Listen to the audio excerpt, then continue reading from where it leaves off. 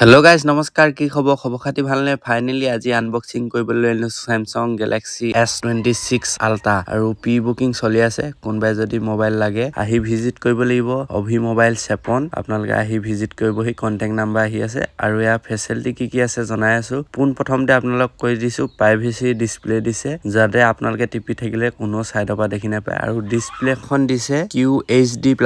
dynamic AMOLED display 2x আৰু লগত 5000 mAh battery পাব S Pen পাব আৰু লগতে আপোনালোকে তিনটা ভেৰিয়েন্টৰ GB পাব 256 GB 512 1TB